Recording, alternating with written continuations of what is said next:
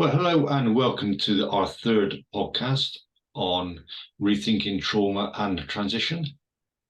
Today we're talking about, Ali? Well, we're going to have an overview of trauma. We're not going to go into a great deal of depth here, but we are going to talk about the different types of trauma and a conversation about how the word trauma and the experiences of, or how we make use of the term trauma and PTSD in everyday language and conversation as well. Yep. Awesome. So probably a good idea before we go any further, I would need to just give a bit of a trigger warning to people. If they are likely to be triggered by that, then either make sure they're somewhere quite safe and there's somebody present when they listen to it, or maybe you want to check the content of the podcast before you listen further. However, we're not going to be going into any great significant detail about possible causes. We're just going to be giving an overview of timescales and definitions. Yeah, absolutely. And we are not here to diagnose, we're here to give information as well. Very much, yes. Yeah. So the first topic, isn't it, is what is and isn't trauma? So, and how the word is used in everyday life. Very much. Yeah. So people talk around and go, oh, I'm traumatized by like a fingernail being broken and things like that. So complete misconception of what the word means. I think very much, and there's also a growing use of the term PTSD that doesn't necessarily always fit the circumstances, and that's not to underestimate somebody's experiences. That's more about, I suppose, being aware of what you're actually referencing when you use that term. Because I think sometimes, because it is used so frequently, that there's an underestimation and a reduction in terms of its impact. Yeah, I was going to say, it might trivialize somebody else's problems, or may seem to do so. Yes, and I think it's that reducing in terms of the size and the impact of it, which is where I find I struggle with that when I hear that word used so casually, because it shouldn't be a word that's ever used so casually. No. It's like people go around calling athletes heroes and all that sort of stuff as well, potentially. Well, I think that's almost in terms of it's very much context driven. Yeah. Scale of the challenge that they've had. But that's also about recognizing when you are using the word trauma or you are using that phrase PTSD, be very aware of the size of that, because these aren't small words. They're big words. They have very big impacts on people. And if we minimize it, then that makes it more difficult for people to already have a very difficult conversation. Yeah, especially a lot of people who are potentially unwilling to come forward to deal with what their problem is. Yeah, I think they may feel even more stigma by somebody else using those phrases and using that terminology to minimize what their suffering is. Yeah, and it's not uncommon for people to mask and cover their experiences for years, decades even, because there's that sense of stigma. This is my experience of not wanting other people to be aware of that, or even not wanting them to share in that experience of it, because it's difficult enough for the individual to deal with. Yeah, definitely. And people also may consider the size and look at the size of the trauma may not be what they consider massive, but they may have had lots of smaller events that lead up to a big event that may be traumatic, whereas somebody may have just had quite a large, significant event, and they may feel a bit diminished by that as well. Well, I like the phrase you used to describe that, Rich, which is almost feeling as though you're then finding yourself competing in the trauma Olympics. Yeah. And that sense of, actually, is my experience significant enough to merit this, or is that something that I actually almost should be ashamed of claiming? when in actual fact, the thing about that is it's always to remember that it's not about the size of the event, it's the size of the response. Yeah, and it's the impact that event has on that particular individual as well. And also all the other people that that individual has regular contact with as well. And I think this is important to bear in mind, is that when we talk about trauma, when we talk about PTSD, complex PTSD, all of these affect not just one person, but every person they come into contact with. And sometimes those people that they're in contact with might not even be aware that that's the case. They just are experiencing or witnessing certain behaviors that they might not understand, responses that they don't understand. And then they're struggling to rationalize what's going on there. And that again then adds the stigma, that sense of withdrawal, sense of isolation, sense of being unable to actually talk about what you're experiencing. Yeah, because it might be like, oh, Uncle Joey's playing up again. And so, yeah, oh, Joey, he's off doing this, or she's off doing that. Yeah, or you might see somebody who's very emotional, who is quick to anger, very irritable, and you're putting that down to mood and just personality, when in actual fact there may very often be a very big underlying issue that has having a much bigger impact on them that they are masking, and that all you're seeing is one element of that. Definitely, without any further context, as you say. Yes. Yeah. So in terms of that, I think when we look at the actual definition of the word trauma, trauma refers to either a physical wound, an injury, or a shock, and it's commonly used in all of those styles of conversation. And the ones that we're particularly interested in discussing here are the injury and the shock elements, because that's the ones that are particularly relevant in terms of the psychological impact on the individual. There's a physiological impact as well, most definitely, because that's quite often where that experience is first initiated in terms of your adrenal responses, your cortisol, your glycosol, etc. But that then has a knock-on impact not only on the biological systems of our body and our brain, but that also is responsible for quite a lot of our experiences there too.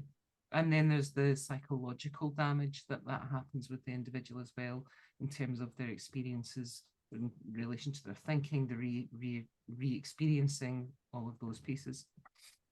Yeah, well, I guess that could cause a potential rewiring of certain parts of the brain, and how people start to rethink certain things, certain situations where they may normally have walked down a certain path or a certain area, and they find that they can't go that way. They have to reroute to go different way. Yeah, certainly a big part of those experiences are potential. One of the experiences, those are avoidance behaviors. And that's where the individual will actively seek to avoid things that they know will cause them a heightened response, a stress response, a fear or fight and flight response. And that avoidance can be a big marker within there too. But I think that's something that's probably worth putting a question out there for, because I know that later on we are going to do a dedicated session talking about post-traumatic stress. And actually that might be worth asking whether or not it would be worthwhile for people if we actually broke that down to the specific elements of that, some of the experiences within that, such as the hypervigilance, such as the avoidance behaviors, such as the high risk, etc., and almost concentrating on a couple of those over a number of sessions. So there's a bit of a deeper dive into that in terms of what's actually happening with our thinking, how that's experienced, because there's a huge amount of very medical correct terminology to describe that, but sometimes what's really helpful is plain language. Yeah. So I'm just thinking, we go back to that psychological harm, and I wanted to circle back to that because I think it's really important to understand the size of the emotions that go with this. And when we talk about that psychological harm, what we are talking about are really big emotions. We're talking about really impactful emotions. we're not talking about a slight fright here. We're talking about big sense of fear.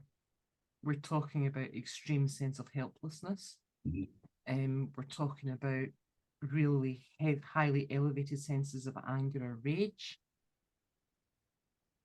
There's, horror, potentially flashbacks of revisiting that scene in the mind again and again and again and again.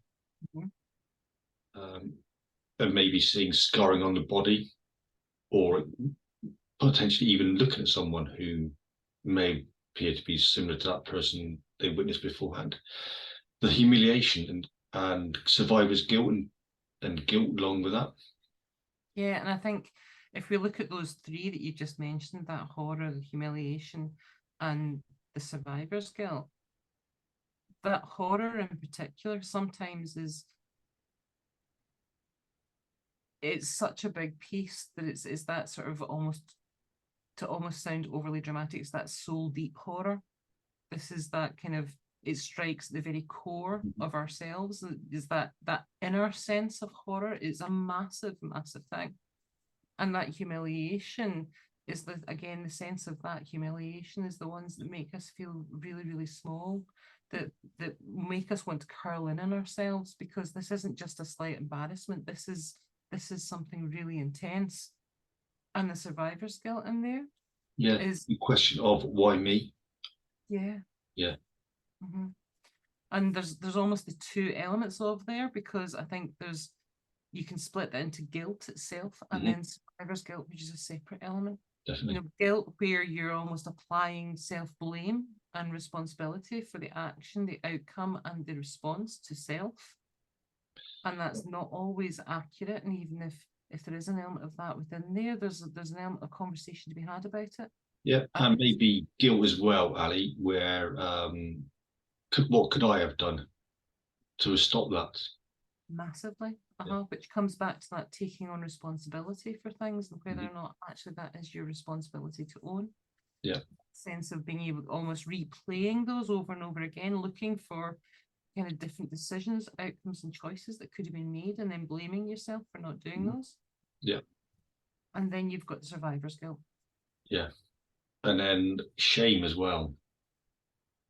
Being shameful of acting or not acting. And looking at how somebody could have done what I thought was better in that situation. And again, that's massive, because it's a judgment of self. Yeah. That's either the judgment of another or the judgment of self, but either way, the judgment is what's crippling. And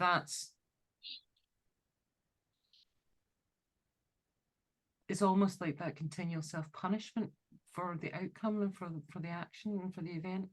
Yeah. And that's something we will talk about later as well, is inner critics. Very much. Yeah. Yes. And how you might like to reframe and relook at those kind of things to reevaluate your thinking process. Well, I think when we're working with people experiencing these things, a big part of that is understanding the voices we carry in our head. And what we're not talking about here, we're not talking about psychosis. We're talking about those everyday phrases that we all have, the inner judgments, the inner voices, that where they've come from, whether or not they're still valid, and what they actually mean in terms of our responses and our reactions to everyday life and what we're experiencing now. And we gather those continually. What we've got to do is make decisions over which are relevant. Yeah, absolutely. And how powerful they can be in the thinking process. They can have a massive impact in terms of shaping our responses, shaping our sense of self-worth, shaping our sense of self-esteem and value. And all of those are huge in terms of that experience within PTSD as well, because a big element of that quite often, especially within complex PTSD, is that inner judgment, that inner shame, and that the impact that it has, and that value of self within there too. Definitely. So is it talking about the difference in timescales? Yeah, just about to ask you about that. So we got Well, I think there's a natural processing cycle when we experience a traumatic event. Now, whether that's maybe the death of a loved one, or whether it's something a lot more out of keeping with the natural life cycles that we would experience, things that we wouldn't be able to anticipate, or are out with the everyday common and garden experience. You know, whether that's maybe, for instance, a natural disaster, or whether it's maybe an act of physical harm that you have experienced towards yourself or witnessed, or whether or not this is something that maybe it could have been, for instance, where your house has been burgled, or you've heard of somebody's house that's been burgled, that's caused you to have a sense of threat and response in terms of your own vulnerability there. When we process trauma, it's quite natural within the first couple of days for us to have that almost re-experiencing of it, that constant rethinking of it, because our brain's looking for a place to place this. It hasn't reached a decision yet on where this experience belongs in a repertoire of that. And it takes time to process through. Well, the nervous system has to find its baseline again at some point. And so when people are in hypervigilance or feeling, being hyper or hypovigilant, the whole of the nervous system and the thinking is completely out of tune with itself. And so it has to find a way to settle and find a rhythm back in. And I think that you have to keep in mind that actually, when we experience a trauma, our body's natural response to that is that those flood of preparatory hormones in the endocrine system. And they're all there for a purpose. They're there to help us respond in terms of that fight, flight, freeze, fawn, and sometimes even flop. They're there to prep our body for whatever emergency response is required of us. And it takes a while for these to leave our system again. Yeah.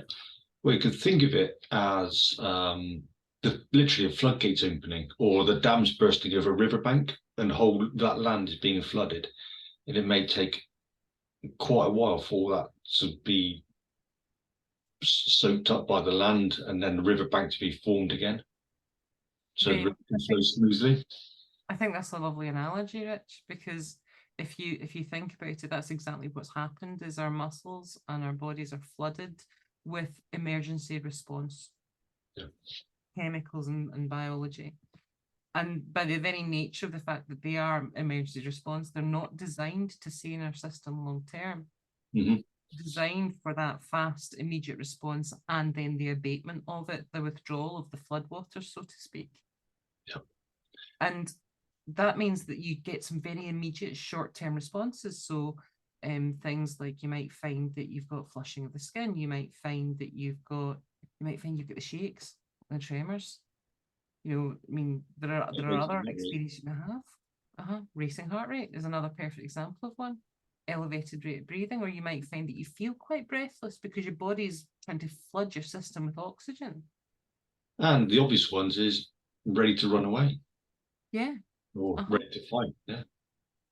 So what it's trying to do is pump all of that readiness into your muscles, so that actually you're ready to respond, so that your muscles are inflated, that they're engorged with blood, that your skin's engorged with blood in terms of that response. It's trying to get as much oxygen into your system so that you can respond accordingly. But that can all feel really, really unsettling. Really unsettling. So what are the kind of timescales that we are dealing with here, Denali? Well, you would generally tend to find that that sense of things like the racing heartbeat, the elevated breathing rates, the flushing of the skin, or feeling of the converse really, really cold and chilled, the tremors and shakes, those sorts of pieces, those what we would almost classify as the shock response. These are very immediate. These are probably 1 to 3 days. And you would expect them to be even after that.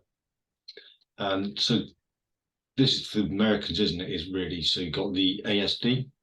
Yes. So that lasts no more than, if I remember rightly, 4 weeks. Yeah, so normally that's they call that almost like the acute stress disorder. Yeah. And what you're looking at there is from 3 days to exactly that, 4 weeks. Yeah. And that's where you would have things like the reimagining, the Mm-hmm. reliving, and you might have some very, very vivid nightmares and dreams. You might find yourself feeling quite shaky, quite withdrawn, etc. Yeah. Mhm. Yeah. And then anything after that over here is, or sorry, in the States is classified as post-traumatic stress, I do believe. Yeah. Yes. From what I've read. Yeah. Yeah. So what you're looking at is almost like a series of escalation points in terms of the response.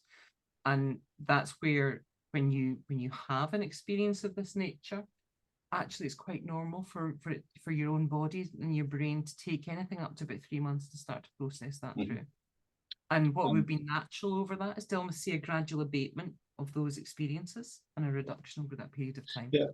And obviously, the sooner you can deal with it in that period of time, the lesser, or hopefully the lesser the effects will be depotentiated. Yes, because I think there's also an element of our brain's learning the trauma response. It's learning how to do that.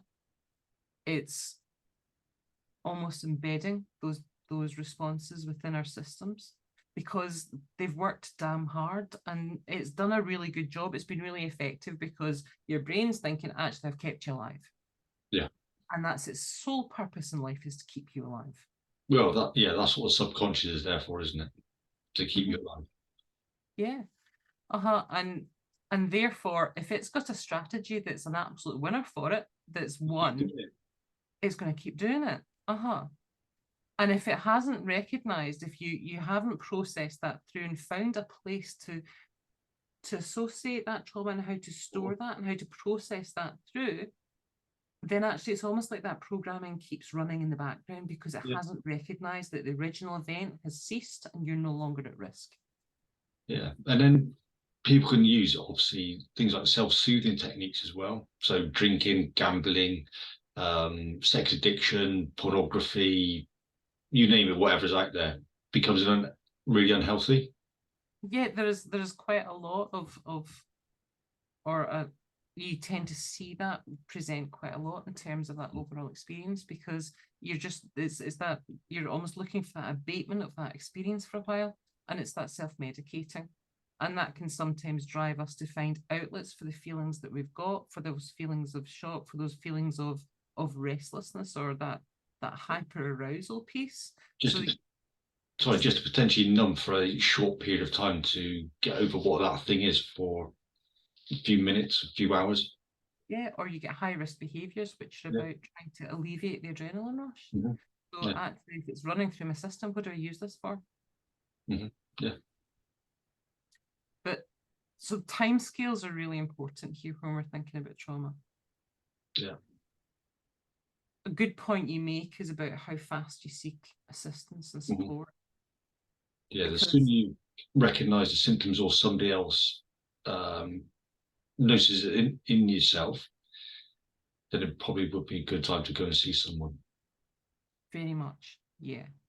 And that's about first seeking help, maybe with your general practitioner, and you're speaking to your doctor, just so that you can start to initiate those conversations. Yeah, or even speaking to somebody like the Samaritans.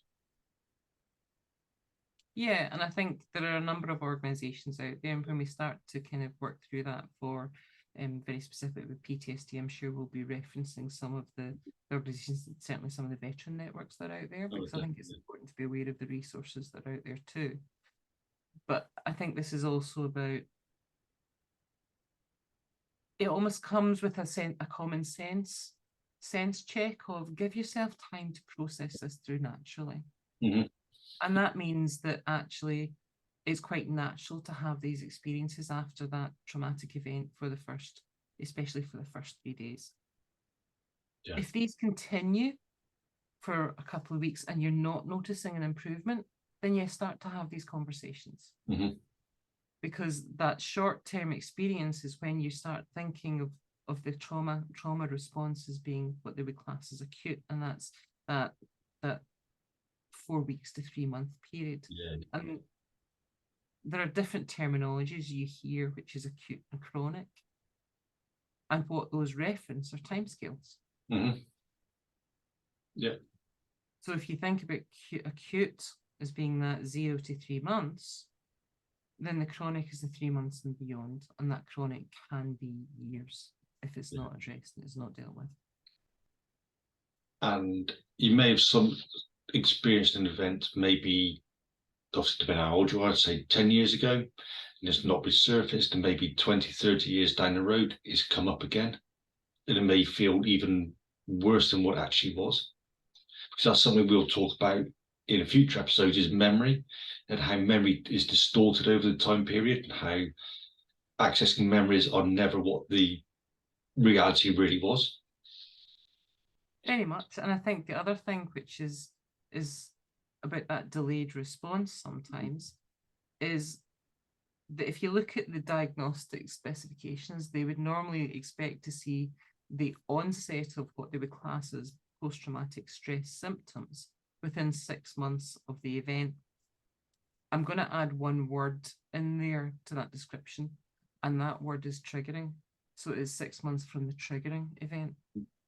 And that's really important. And that picks up on your point that you made excellently about the delayed response, because quite often we might have experienced the original event that you would be classed as the point of horror, the point of trauma, but actually we've compartmentalized it, and it's not until we're re-triggered at a later date that we start to develop then that post-traumatic stress response. And that could be anything like an anniversary.